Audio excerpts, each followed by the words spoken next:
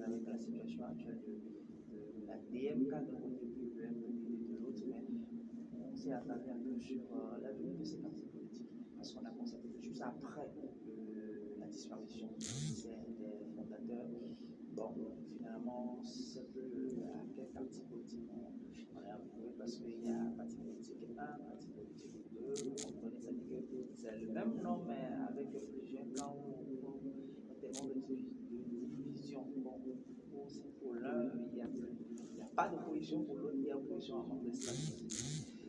Nous, on continue désormais avec l'éducation sur le sujet pour vous, les cours de vacances. Comme je le disais, en réalité, ça n'existe plus. C'était supprimé. C'est l'information que nous avons. Bon, lui est dans le domaine enseignant de son état. Il va vous donner la précision. Parce que, encore sur la toile, nous sommes en train de voir les vacances ici, les montagnes. Bon, est-ce que par hasard, le ministère où il est en arrière, on a fait pour laisser tomber, il est revenu sur sa décision sur la cour de vacances, donc on a revenu où c'est des initiatives privées qui n'ont rien à voir avec, qui sont contraires par rapport à ce que le ministère a demandé de la information. Merci, Emma. Toi-même, quand tu me poses cette question, tu dois savoir que nous avions, il y a sur les réseaux, il y a 3 ans, débattu longuement sur ce projet, lorsque il était question du ministre de sortir de la retraite arrêtant ou bien demandant aux enseignants ou bien aux promoteurs d'école d'organiser des cours de vacances, mais non participé financièrement par les élèves, etc. Lui-même, il avait parlé de cours de remédiation, de cours de remise à niveau. Et le jour-là, je crois qu'il y a cela 3 ans, j'ai dit que ce soit aussi au niveau éducatif, que ce soit remise à niveau, que ce soit cours de remédiation, c'est le même objectif. Parce que nous avons senti quelque chose à l'enfant qu'on répète, à l'enfant pour lequel on veut remédier quelque chose. Remédier quelque chose, c'est trouver une solution à quelque chose qui ne cochait pas sur mal. Donc, moi, j'avais mis ça dans un consortium éducatif synonymique, parce qu'un mot ne change pas l'autre. J'étais au plateau en ce moment en tant que invité et secrétaire général de la Fédération des syndicats des enseignants privés du Togo, parce que, en réalité, au Togo, ce sont les privés qui s'évertuent à organiser des cours de vacances pour ne serait-ce que booster le niveau de ceux qui n'avaient pas été à la hauteur, etc. Je prends au mot quelques lignes du ministre. À ce niveau, quand vous dites, voilà, remise à niveau, de ceux qui n'avaient pas, ou ceux qui n'ont pas forcément ce niveau dont vous voulez, vous avez senti la nécessité de remédier. Bon, est-ce que c'est le cas en termes de critères lorsque les élèves viennent vers ces promoteurs-là pour se faire inscrire pour les cours de vacances? Est-ce qu'effectivement, on vérifie le bulletin pour savoir, oui, cet enfant, cet élève-là a vraiment besoin d'être mis à niveau pour peut-être la prochaine, la classe supérieure, ou peut-être, voilà, puisque vous mettez l'accent sur une remise à niveau pour être à niveau, c'est-à-dire des autres. Est-ce que vous vérifiez effectivement le bulletin pour savoir si oui ou pas? Ce que nous voyons, c'est que bon, de vacances, c'est devenu sous forme de c'est comme pour les bébés, voilà. C'est-à-dire que passe-temps pour certains élèves, pour certains parents, pour libérer un peu la maison, bon, voilà, pour les vacances, parce que là, vous allez vous occuper un peu, voilà, pour le venir. Est-ce que ce critère-là, que vous avez touché du doigt, est vraiment mise pour recevoir un élève? Je vais écrire les lanternes tout à l'heure, que ce soit vous-même ou qui ont besoin de révélation. En réalité, ce qu'on appelle des vacances, ce n'est pas comme magistrat qu'on fait. Vous comprenez? Je donne l'exemple, les enfants quitter une classe pour aller à l'autre classe. Vous comprenez? remise à niveau, c'est des choses que les écoles organisent, mais pas dans toutes les matières, mais des matières qui semblent un peu plus difficiles selon les analyses et les rapports aux enfants. Je voudrais parler de mathématiques, je voudrais parler de sciences physiques, je voudrais parler de même français, je voudrais parler de l'anglais, et je voudrais parler, quand nous allons encore plus loin au lycée, je parle de comptabilité, je parle de WEMA, je parle de technique commerciale, je parle de l'économie générale. Je voudrais planter ce petit décor pour faire comprendre ce que nous faisons dans les cours de vacances aux élèves. Lorsque nous prenons les élèves de l'enseignement technique, je ne dis pas que c'est un exemple. Lorsque vous prenez tous les élèves, vous prenez par exemple les élèves de la série G1, les gens qui doivent être préparés pour être d'imminence sécuritaire et autre chose. Les matières qui leur sont difficiles, parmi ces matières figure l'économie générale. L'économie générale est une matière qui n'est pas trop loin de la mathématique générale. Alors que dans le curriculum de G1, il n'y a pas de mathématiques inscrites en seconde. Donc, les petites mathématiques que les enfants ont pu faire de 6e en 3e, c'est ça qui leur permet de faire quoi? De gérer cette matière d'économie générale qui, je rappelle, en terminale, est de coefficient 3. Maintenant, étant conscient de ceci, mais on prend ces enfants en cours de vacances et on cible cette matière où on leur fait des initiations en mathématiques contiguës à la matière.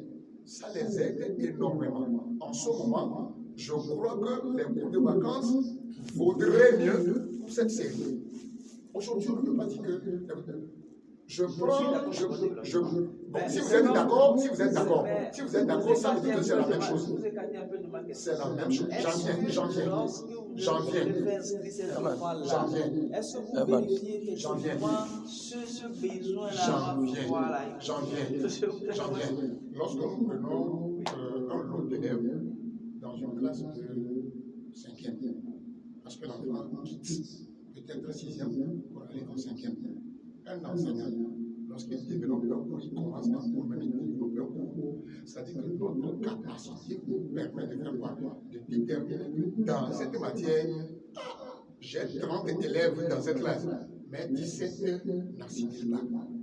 Vous comprenez? Nous ne sommes pas venus là. Ça, c'est après l'inscription. Non, je ne parle pas d'inscription, je parle de cours de vacances. Je parle de cours de vacances, je ne parle pas d'inscription au cours de vacances. C'est de ça que je parle. Vous savez, on ne demande pas aux gens de venir avec leur bulletin. Ce n'est pas le sens de cours de vacances. Tout le monde vient au cours de vacances, mais l'opportunité est donnée à l'enseignant, outillé, de savoir que ceci ne va pas là. Vous comprenez? Parce que ce n'est pas une activité.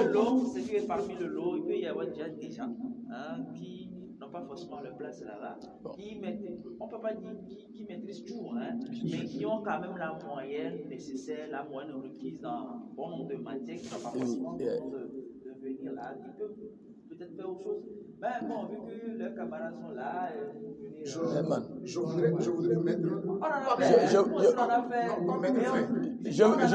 Je veux placer un mot là. Est-ce que je peux placer un mot? Je vais vous donner la parole. Je me dis ceci. Je veux que vous étiez dans le 25. Vous avez dit tout à l'heure dans votre développement que les parents, certains parents envoient leurs enfants au cours de vacances pour se libérer de la maison. Ça ne dépend que de quel que soit ce que tu veux faire à la maison, au cours de vacances. Les enseignants qui sont venus pour faire ce cours de vacances, l'enfant, les gens, ils font leur boulot. Vous comprenez? Maintenant, la décision qui est sortie par le ministère, dont vous avez vu le journal, j'ai donné mon avis, c'est qu'il y a beaucoup de choses qui se passent. Il y a certains élèves reconnus qui ne pourraient pas avoir la moyenne requise, mais qui peuvent être propulsés par rapport à leur évolution trimestrielle. À ces gens-là, on a demandé de leur faire des remises à classe supérieure.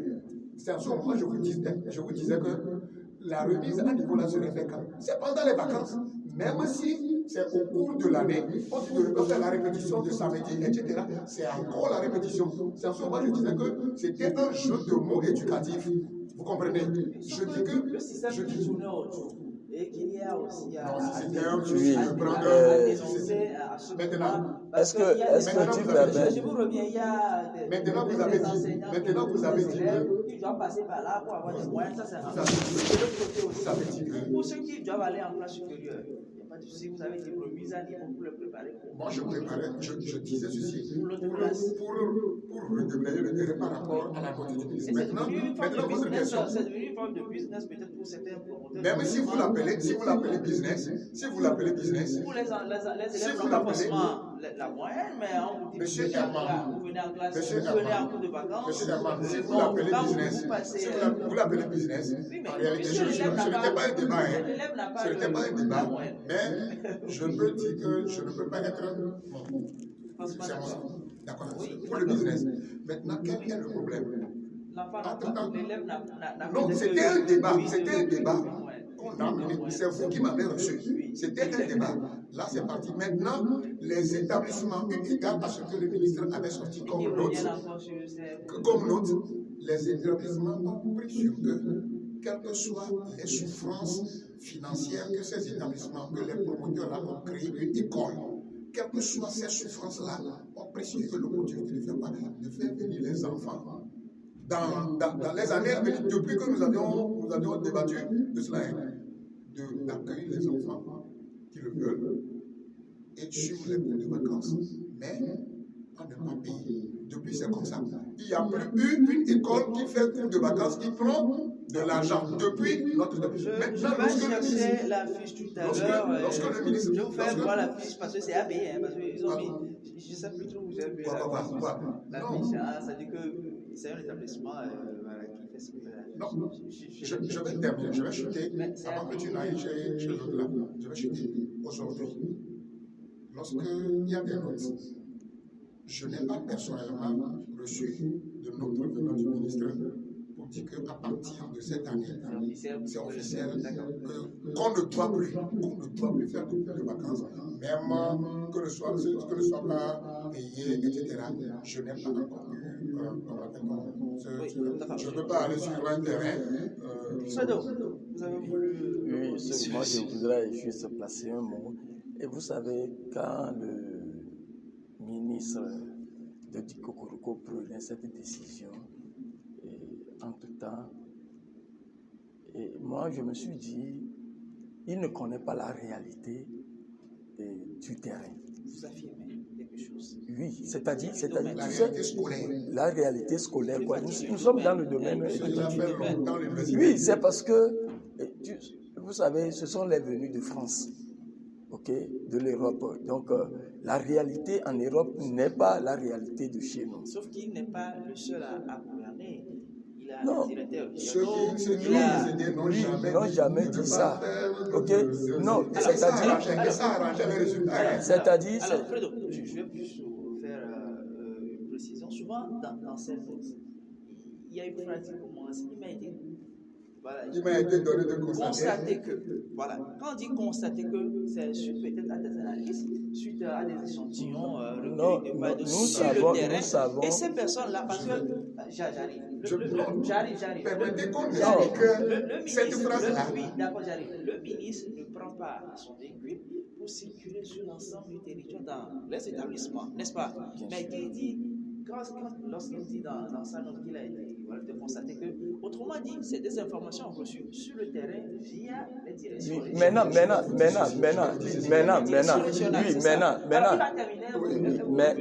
le problème est,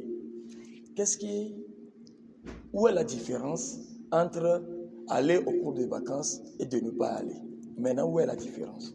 Qu'est-ce que ne pas organiser les cours de vacances, qu'est-ce que ça apporte maintenant aux élèves ou au ministre? Les cours de vacances apportent alors? Oui, moi je crois que les cours de vacances apportaient ne serait-ce une notion aux enfants. C'est-à-dire ça permet aux enfants de ne même pas oublier certaines notions.